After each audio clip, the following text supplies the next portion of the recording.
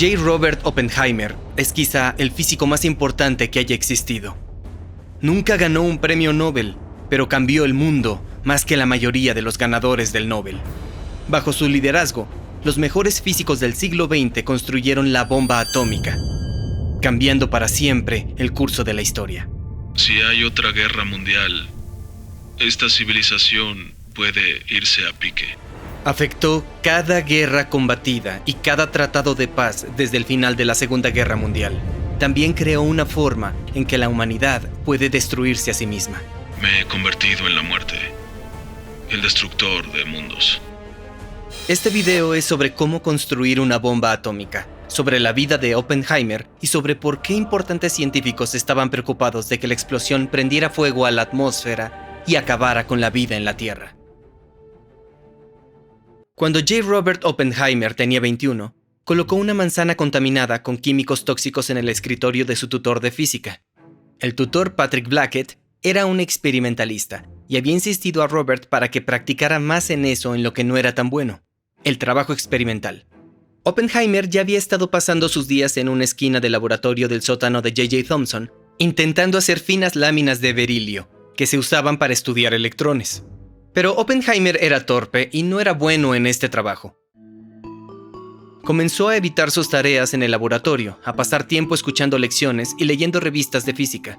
Corría 1925 y el Oppenheimer de 21 años estaba fascinándose cada vez más con el campo de la mecánica cuántica. A pesar de estar rodeado de físicos brillantes como Rutherford y Chadwick, Oppenheimer era profundamente infeliz. Escribió: "Estoy pasando por un mal momento. El trabajo de laboratorio es terriblemente aburrido y soy tan malo haciéndolo que es imposible sentir que estoy aprendiendo algo". Un amigo se lo encontró tirado en el suelo de su habitación, al que llamó un triste agujero, gimiendo y rodando de un lado a otro, visiblemente angustiado. Fue en este estado en el que Robert intentó envenenar a Blackett. Las especificaciones se han perdido en la historia. Hay versiones contradictorias de si Oppenheimer usó cianuro o algo que encontró en el laboratorio que habría hecho que Blackett se enfermara. Esta historia suena difícil de creer, pero el mismo Oppenheimer la confirmó. Afortunadamente, Blackett no comió la manzana, pero el intento de envenenamiento llegó a oídos de las autoridades de la Universidad de Cambridge. En aquel momento, los padres de Robert habían viajado a visitar a su hijo desde los Estados Unidos y Julius Oppenheimer logró convencer a Cambridge de que no presentaran cargos criminales. Gracias a la riqueza de su familia, a Robert ni siquiera lo expulsaron de Cambridge, con la condición de que tuviera sesiones de terapia periódicas con un psiquiatra en Londres. En el verano de 1926, Robert viajó a la Universidad de Göttingen. El director del departamento era Max Born, quien hacía tan solo 2 años había ideado el término mecánica cuántica. Se decía que Born era un docente considerado y gentil, y había promovido el trabajo de Werner Heisenberg, Wolfgang Pauli, Enrico Fermi y Eugene Wigner, básicamente las figuras más relevantes de la mecánica cuántica. La clase en la que estaba Oppenheimer también era extraordinaria. Incluía a referentes como Paul Dirac y John von Neumann. Mientras que la cultura académica de Cambridge se enfocaba en física experimental, en Göttingen el foco se centraba en la física teórica. Y con Max Born como mentor, Oppenheimer prosperó. Su salud mental mejoró y encontró una comunidad de personas que estaban tan obsesionados como él con la física. El 14 de noviembre de 1926, Robert le escribió a Frank, su hermano menor: "Te gustaría Göttingen. El trabajo es duro, gracias a Dios, y casi placentero". Robert estaba progresando y su talento estaba siendo reconocido. Born escribió más tarde: "Era un hombre de gran talento y era consciente de su superioridad de una manera que era vergonzosa y que lo llevaba a tener problemas". Cuando Oppenheimer tenía 23, se graduó de su doctorado en física. Escribió su tesis en alemán sobre la teoría cuántica del espectro continuo. En total, publicó más de una docena de artículos durante los 2 años que estuvo en Göttingen. Muchos de ellos expandían el trabajo de Werner Heisenberg, quien era tan solo 3 años mayor que Oppenheimer. Eventualmente se conocieron en 1927, el mismo año en el que Heisenberg publicó su revolucionario artículo sobre el principio de incertidumbre cuántica. Según se dice, se llevaron bien. No había forma de saber que, tan solo 15 años más tarde, serían rivales a muerte en el intento de construir la primera bomba nuclear. Oppenheimer por los Estados Unidos y Heisenberg por la Alemania nazi. En aquel momento se pensaba que obtener cantidades significativas de energía de átomos radioactivos era imposible. Desde el descubrimiento de la radiactividad por Henri Becquerel y Marie y Pierre Curie a finales de la década de 1890, se sabía que la radiactividad era un proceso pasivo. Los átomos inestables se desintegran aleatoriamente en momentos impredecibles y por ende no había forma de controlarlo. En 1933, Ernest Rutherford, antiguo jefe de Oppenheimer en Cambridge, escribió: «Cualquier persona que espere obtener una fuente de energía de las transformaciones de estos átomos vive en la Luna». Ese mismo año, Albert Einstein dijo: «No hay ni la menor indicación de que algún día se podría obtener energía nuclear. Significaría que el átomo tendría que destrozarse a voluntad». Entonces, ¿cómo podría romperse un núcleo atómico? Bueno, podrías tomar un protón, acelerarlo a través de un gran campo eléctrico y luego hacerlo colisionar con un núcleo. Esto es exactamente lo que John Cockcroft y Ernest Walton hicieron en 1932. Aceleraron protones hacia núcleos de litio, rompiéndolos. La dupla más tarde ganaría un premio Nobel por este trabajo. Pero los protones tienen cargas positivas, así que son repelidos por todos los núcleos que también tienen cargas positivas. Así que para darles esperanza de sobrepasar este obstáculo, Cockcroft y Walton tuvieron que usar 250.000 voltios para acelerar los protones. Incluso así, solo 1 en 1.000 millones de protones llegaba a impactar y dividir un núcleo de litio. Así que esta no iba a ser una forma efectiva de obtener energía. Pero hay otra manera. En 1932 se descubrió el neutrón, la partícula subatómica que es alrededor de 0.1% más pesada que un protón, y no tiene carga eléctrica. Así que un neutrón no sería repelido por un núcleo. Y en 1933, Leo Szilard estaba pensando en cómo se podrían usar los neutrones para dividir núcleos. De pronto se me ocurrió que si pudiéramos encontrar un elemento que pudiera dividirse con neutrones y que pudiera emitir 2 neutrones cuando absorbiera un neutrón, ese elemento, si se reuniera en una masa suficientemente grande, podría sostener una reacción nuclear en cadena. Pero el problema era que nadie sabía si había un elemento que tuviera el tipo de núcleo que pudiera hacer eso. El 29 de enero de 1939, Luisa Álvarez, una joven promesa de la física, estaba en la barbería mientras leía el periódico San Francisco Chronicle. De pronto, se levantó de la silla con el cabello a medio cortar y corrió hasta la oficina de Oppenheimer. Álvarez había leído un artículo acerca de cómo 2 químicos alemanes, Otto Hahn y Fritz Strassmann, habían dividido con éxito un átomo de uranio al bombardearlo con neutrones. Oppenheimer no estaba impresionado. «Eso es imposible», reportan que le dijo al joven Álvarez, y procedió a probar matemáticamente en su pizarra por qué la fisión nunca podría ser lograda. Pero al otro día, Álvarez repitió el experimento e invitó a Oppenheimer a verlo. Álvarez luego contó que en menos de 15 minutos no solamente acordó que la reacción era auténtica, sino que también especuló que en el proceso serían expedidos neutrones extra que podrían usarse para dividir más átomos de uranio y así generar energía o hacer bombas. Cuando un solo átomo de uranio 235 se divide, pierde un poco de su masa, que se libera en forma de energía, siguiendo la equivalencia entre masa y energía de Einstein. Es una cantidad de energía diminuta, alrededor de 20 veces menos que la cantidad requerida para levantar un grano de arena del grosor de una hoja de papel. Pero los átomos también son diminutos. En un trozo de uranio de 1 kilogramo hay alrededor de 1 cuatrillón de átomos, así que la energía rápidamente se acumula. Pronto casi todos estaban convencidos. En agosto de 1939, Einstein, quien solo 6 años antes creía que las bombas nucleares eran imposibles, firmó su nombre en una carta dirigida al presidente Franklin Roosevelt. La carta, escrita por Szilard, advertía a Roosevelt de la posibilidad de armas nucleares. También señalaba que Alemania tenía acceso al uranio de las minas de Checoslovaquia, que había sido recientemente invadida por los nazis. Roosevelt creó un comité informal sobre uranio para discutir este tema.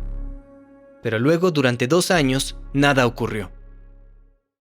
En 1941, Roosevelt actualizó el Comité Informal sobre Uranio al Comité S1, que reportaría directamente a la Casa Blanca. El objetivo explícito era desarrollar una bomba atómica, y en mayo de 1942, Oppenheimer fue contratado por el comité para ser el coordinador de ruptura rápida. ¿Por qué fue seleccionado él? Bueno, luego de completar su doctorado, Oppenheimer se volvió profesor de física, primero en UC Berkeley y luego en Caltech. La inteligencia que había exhibido con Max Born como tutor no se desvaneció. De hecho, resultó en una excepcional, pero extraña carrera como físico. Durante los 15 años posteriores al terminar su doctorado, Oppenheimer hizo importantes contribuciones a temas que iban desde la física nuclear hasta el campo de la teoría cuántica e incluso la astrofísica. Tuvo un buen número de ideas dignas del premio Nobel. Uno de sus estudiantes, Willis Lamb, se convirtió en ganador del Nobel. El mismo Oppenheimer fue nominado 3 veces, pero, sin embargo, nunca ganó el premio Nobel.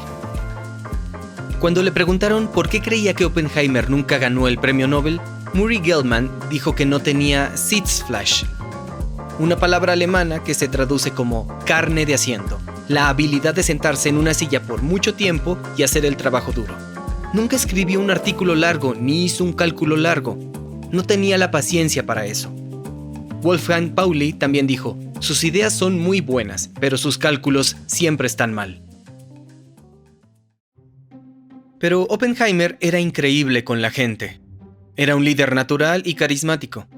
Esta combinación, su carisma y su habilidad para generar grandes ideas, le sería muy útil en la siguiente etapa de su vida.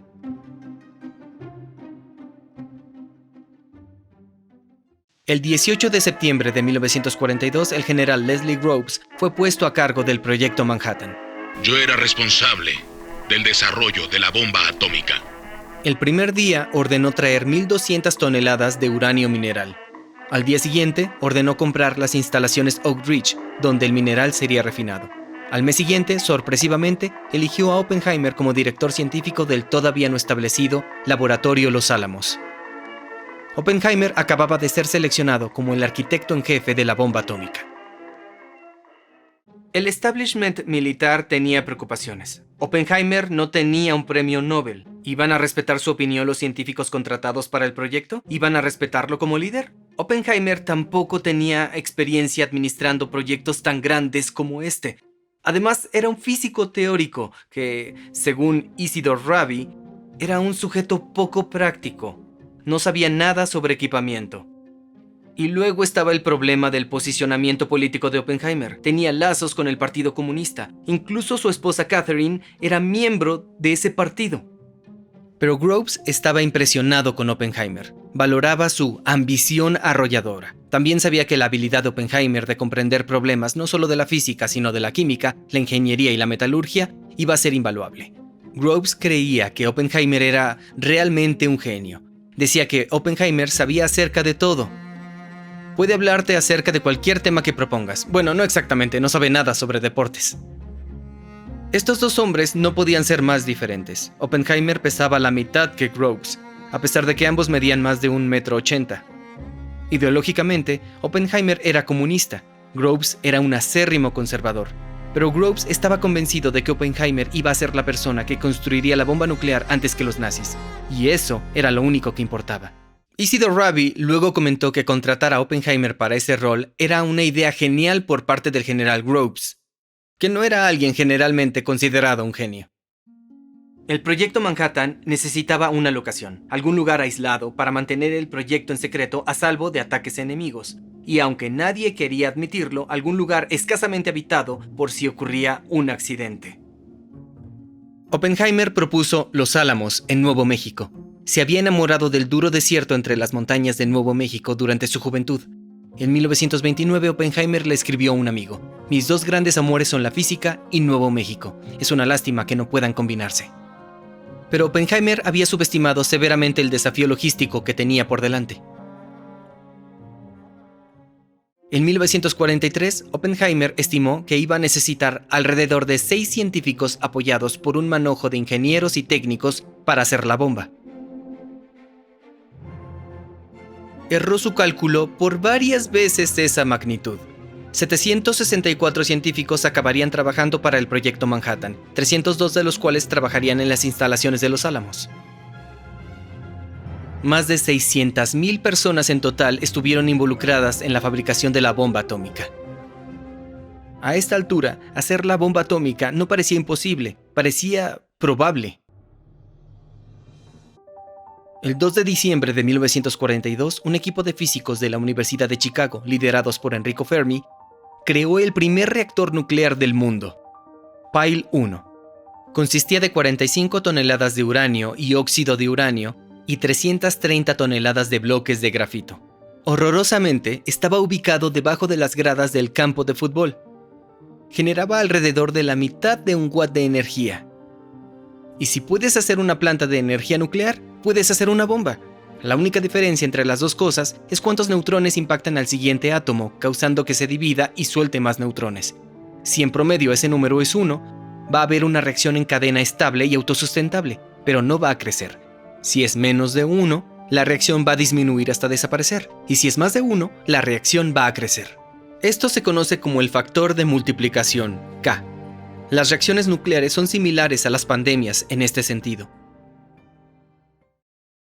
La forma más simple de hacer una bomba nuclear es reunir suficiente material fisible a tan poca distancia que cree una reacción en cadena descontrolada. Esa cantidad es lo que se conoce como masa crítica.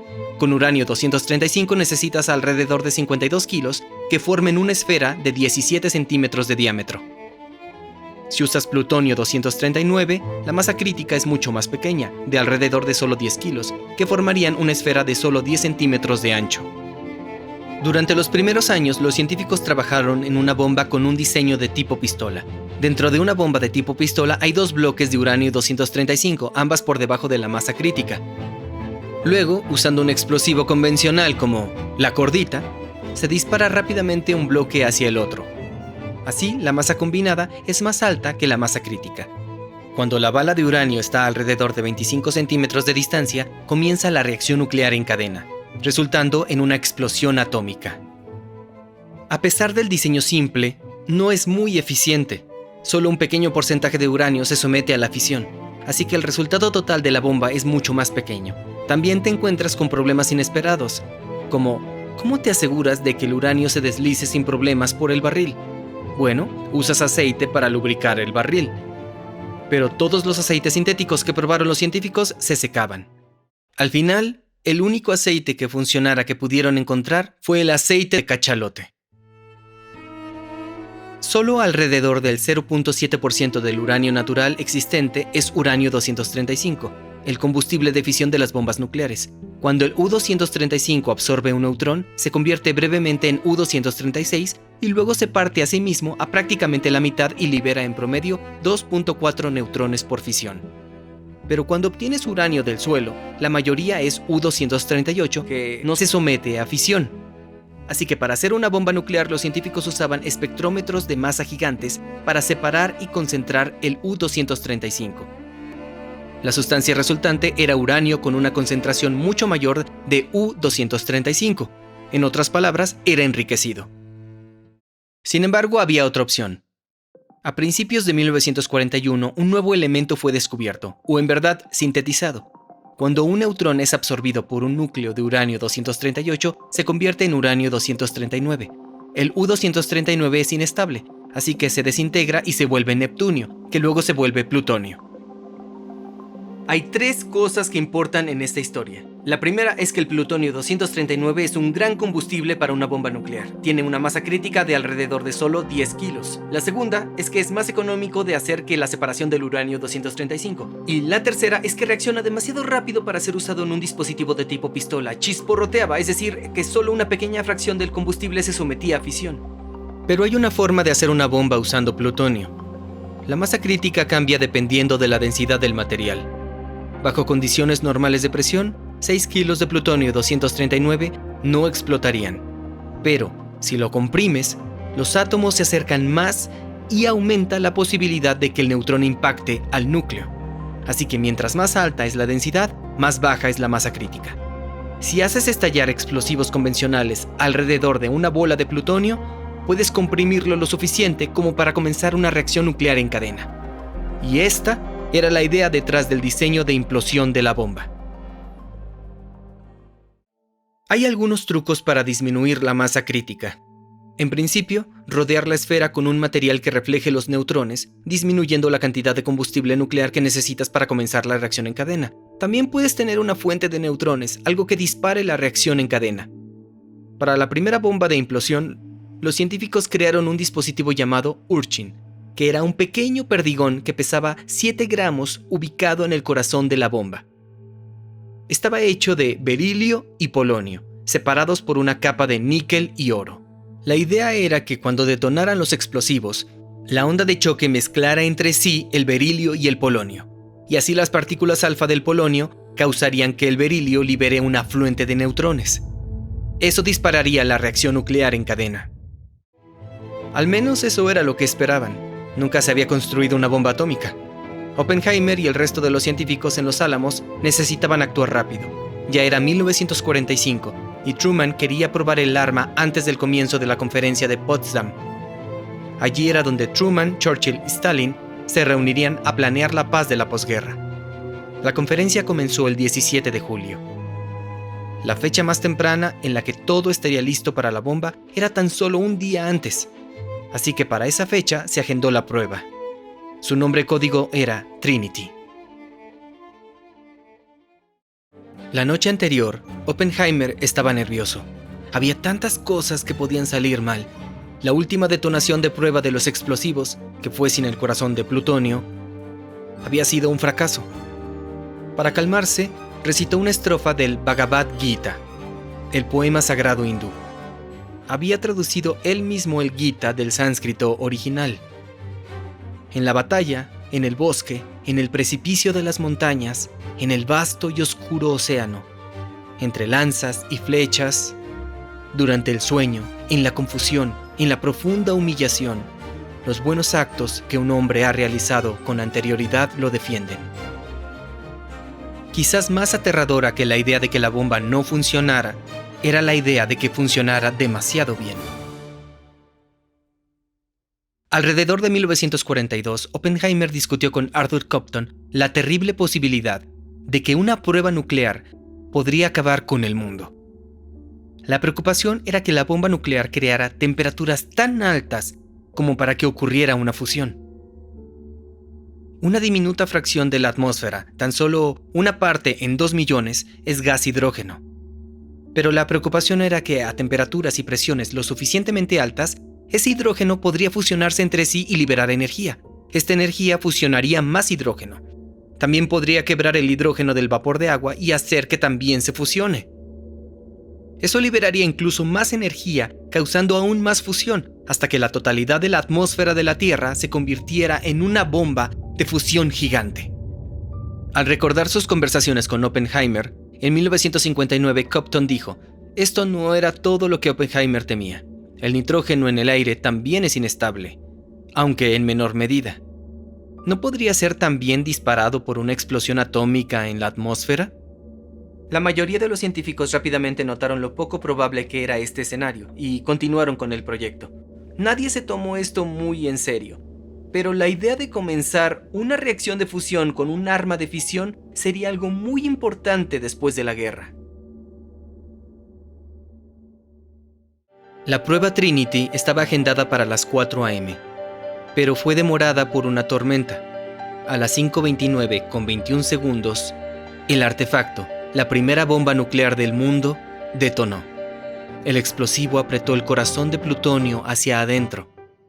La onda de choque mezcló el berilio con el polonio, liberando un afluente de neutrones. El Urchin funcionó. Disparó la reacción nuclear y ahora no había forma de detenerla. Solo 6 kilos de plutonio crearon una explosión que fue equivalente a casi 25,000 toneladas de TNT. Las montañas de Nuevo México fueron iluminadas con más brillo que la luz del día. La onda de choque se sintió a más de 160 kilómetros de distancia. La nube de hongo se elevó a 12 kilómetros del suelo. Fue tan caliente que la arena del desierto se derritió y formó un mineral vidrioso ahora conocido como trinitita. Afortunadamente, la explosión no incendió la atmósfera. El 6 de agosto de 1945, el Boeing B-29 dejó caer a Little Boy, una bomba nuclear de tipo pistola con 64 kilogramos de uranio enriquecido. La nitrocelulosa se encendió, empujó un bloque de uranio 235 contra el otro, haciendo que supere su masa crítica. El estallido de la explosión, equivalente a 15,000 toneladas de TNT, mató a casi 70,000 personas. Otras 70,000 morirían por quemaduras y envenenamiento por radiación en los meses siguientes. 3 días después, una bomba de tipo implosiva como el Gadget fue soltada sobre Nagasaki, matando aproximadamente a 80,000 personas más. Más del 95% de las 225,000 personas asesinadas en los bombardeos de Hiroshima y Nagasaki eran civiles. La mayoría eran mujeres y niños. En 1965, recordando los momentos posteriores a la prueba Trinity, Oppenheimer dijo haber pensado en otro verso del Gita. Sabía que el mundo no sería el mismo. Algunas personas rieron, algunos lloraron, la mayoría se quedó en silencio. Recordé el verso de la escritura hindú Bhagavad Gita. El Vishnu está intentando persuadir al príncipe de que tenía que hacer su deber y, para impresionarlo, toma su forma de múltiples brazos y dice: me he convertido en la muerte, el destructor de mundos. Supongo que todos pensamos eso de una u otra forma.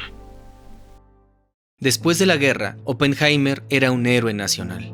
Su retrato estuvo en la portada de la revista Time y se convirtió en una figura de renombre. En 1947 se convirtió en director del Instituto de Estudios Avanzados de Princeton. También se convirtió en director del Comité Asesor General, donde asesoró sobre temas relacionados a armas nucleares. Usó su posición para pelear por el control de armas. En agosto de 1949, la Unión Soviética aprobó su primera arma atómica. Y la milicia estadounidense rápidamente decidió que el mejor curso de acción era desarrollar una bomba más poderosa, la bomba de hidrógeno, conocida como la Super. Oppenheimer se oponía al desarrollo de la Super por cuestiones éticas y la preocupación de que comenzara una carrera armamentística. Pero la administración de Truman triunfó, y 3 años más tarde, Ivy Mike, la primera bomba de hidrógeno, fue probada en las Islas Marshall. El rédito fue de 10.4 megatones de TNT. Eso es 400 veces más poderoso que la prueba Trinity. Una bomba de hidrógeno es en verdad 3 bombas en una. Una bomba convencional, una bomba de fisión y una bomba de fusión. Los explosivos convencionales disparan una reacción de fisión que aumenta la temperatura y la presión lo suficiente como para fusionar deuterio con tritio, liberando una inmensa cantidad de energía. En 1961, la Unión Soviética probó la bomba Tsar, la explosión más poderosa jamás detonada. Era 5 veces más poderosa que la Ivy Mike, alrededor de 2000 veces más poderosa que la Trinity. Este tipo de carrera armamentística era exactamente lo que Oppenheimer temía. En parte, gracias a su oposición a la bomba de hidrógeno y gracias a sus llamados a evitar una carrera armamentística, Oppenheimer fue esencialmente sometido a juicio para revocar su autorización de seguridad. Había sido vigilado mientras trabajaba en el proyecto Manhattan, pero esa vigilancia no se detuvo cuando se fue. El espionaje telefónico era ilegal y sin orden judicial. Oppenheimer fue cuestionado por sus vínculos con el Partido Comunista, incluyendo su affair con Jim Tatlock, miembro del Partido Comunista, mientras lideraba el laboratorio de Los Álamos.